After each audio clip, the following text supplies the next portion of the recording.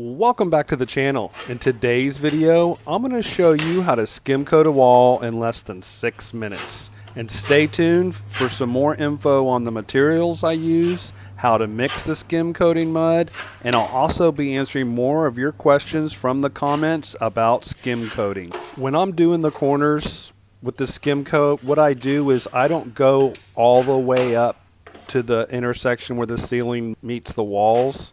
I actually go a little lower to pull it. Then when I come back after I've taken the majority of the skim coating mud off, I go up to the ceiling and keep it nice and thin. You don't want to pile up your mud in that corner at all. You want a very thin coat right along the top corner and also along the inside corner where both the walls meet. Again, this wall had wallpaper on it. We removed it. Actually, the homeowner removed it, and then I came in and removed a little more and then put the guards primer sealer on it, and that sealed up the glue and everything from the wallpaper as well, and any brown paper that had taken off the wallpaper. I used an all-purpose joint compound for this first coat because there's a lot more glue in the all-purpose, which means the adhesion is way better than, say, the +3 blue lid compound. For the second coat, I will be using the +3 with the blue lid. The all-purpose has a green lid and it's made by USG. And the way I mix it is with a corded drill, and either, depending on how big a batch of skim coating mud I need, I'll use just a small paint mixer or a small mud mixer, which is available at all the big box stores. Here I'm just scraping away some of the joint compound from this outside corner because I've already skim coated around that window. Alright, so I got the upper section done. I can move this and get into it.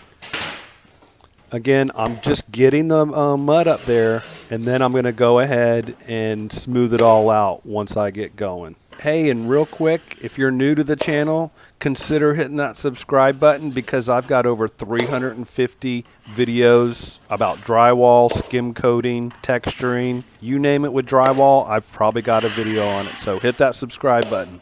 All right, so let's get into some of these viewer questions from video comments. Hey, and if you have a question, leave it down in the comments and it might get featured in one of these videos. So the first question is skim coating good for covering walls with nail holes and just everyday abuse from kids, pets, etc.? Yeah, it's actually perfect for this scenario. You just want to be sure to, I'd fill the nail holes first, and then once you fill the nail holes, I'd go ahead and do that skim coat right over the walls. It'll make them like brand new.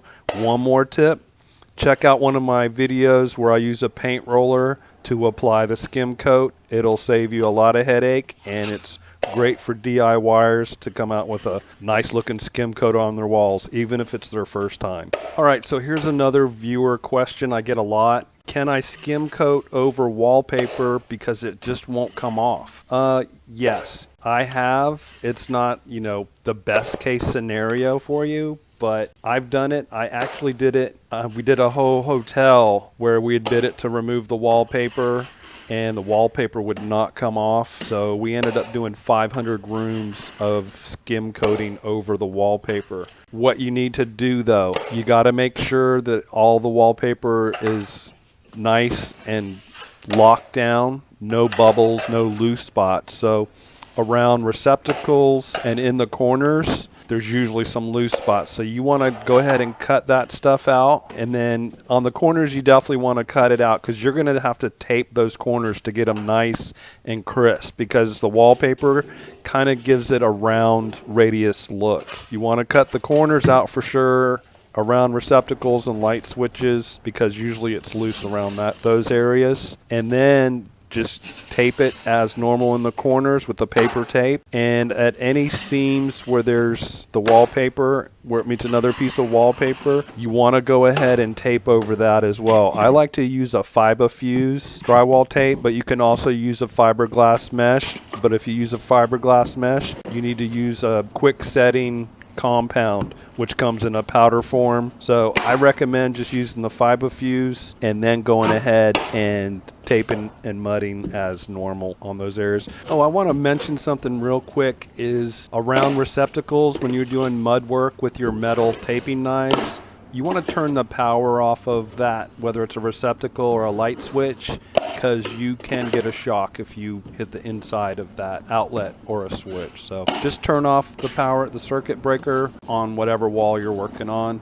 Here's a very popular question I get a lot too. Can I skim coat over my popcorn ceiling? It won't come off. Well, the reason it won't come off is because it's been painted. So you can skim coat over painted popcorn ceilings.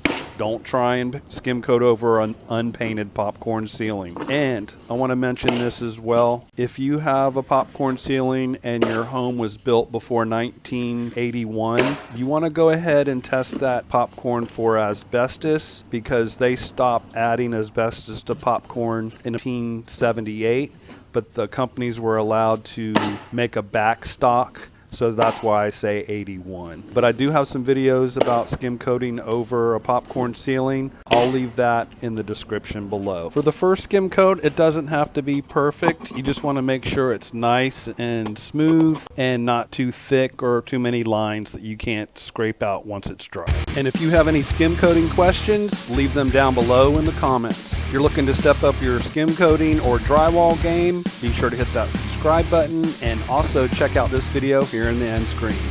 Thanks so much for watching.